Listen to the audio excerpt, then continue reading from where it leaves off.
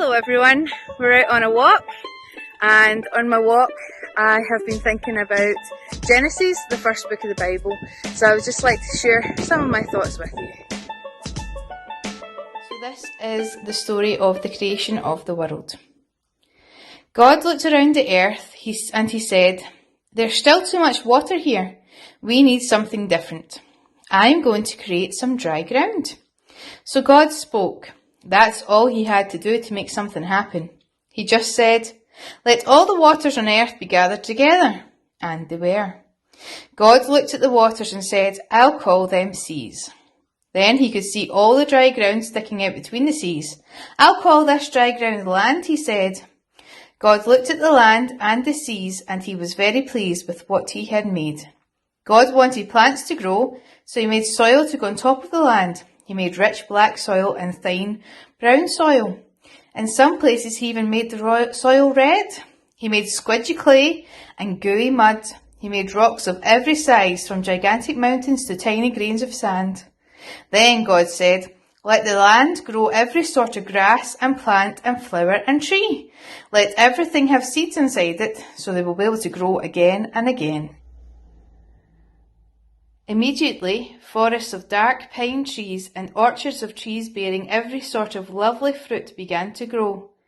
Thick green grass carpeted the land, and sweet-smelling meadows were filled with yellow buttercups and red poppies. He made steamy rainforests and dry sandy deserts, fields of delicious vegetables and bushes overloaded with soft fruit. God looked at the sea and the land and all the plants and the trees he had created and said, "That is good." "Let there be all sorts of animals on the land," said God, looking at his new world. Instantly, there were animals everywhere. Sheep, goats and donkeys grazed in the fields. Up on the mountains, bears climbed and leopards prowled. In the jungles were chanting monkeys and magnificent lions. Across the plains roamed tall giraffes, massive elephants with long trunks, and graceful antelopes. Even the sandy deserts were full of camels, lizards and snakes. There were cats and dogs, mice and rabbits, locusts and buzzing bumblebees. God made so many different animals it would take days to name them all. He put seeds inside each one so that forever afterwards there would be puppies and kittens, piglets and cubs, and baby animals of all kinds. He looked at the animals he had made and he was very pleased. "That is good," he said. And there's all the animals. And monkeys and tigers and lions. And a big elephant down the bottom.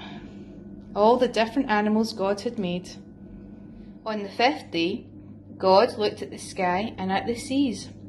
Even though they were beautiful, he knew there was something missing. "I need some living things," he thought. So he said, "Let there be fish in the sea." Suddenly, the seas were full of fish and strange creatures. God made them every colour you can imagine, in thousands of strange shapes, gigantic whales and tiny seahorses, long slithering eels, vast rays with fins like wings, spiny lobsters and scary squid. Every ocean, lake and river teemed with colourful creatures.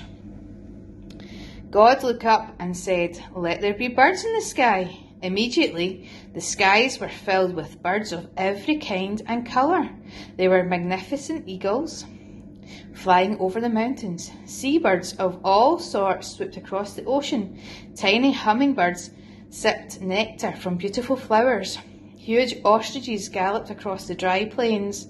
Colourful parrots squawked in streamy jungles. God looked at the creatures he had made and he was very pleased. Then he did a very special thing. Just as he'd done with the plants, he put inside each creature the seeds to make babies. "Now the seas and skies will always be filled with beautiful creatures," he said. "That is good." Okay, so here's my thoughts. Everything around us has changed. We can't go to school, they're all shut. Some adults can't go to work, and we're told to stay in the house unless it's necessary or as part of our daily exercise. This is tough, but I wanted to share that I'm enjoying being outside more and more. I'm appreciating all the nature I see when I go out. So this week, I want you to really look around you and note what you see. Maybe it's birds, count how many birds you see. Dogs, if you see lots and lots of dogs at the park. Or bees buzzing about the nice flowers. Count all the bees, count all the flowers. Take notes if you want, take a bit of paper with you and take notes, and then go home and draw what you've seen. You can maybe even take your parents' camera with you when you're out for a walk. Now that we have the time, let's all appreciate the little things that we see around us that we may have taken for granted before and just walked past.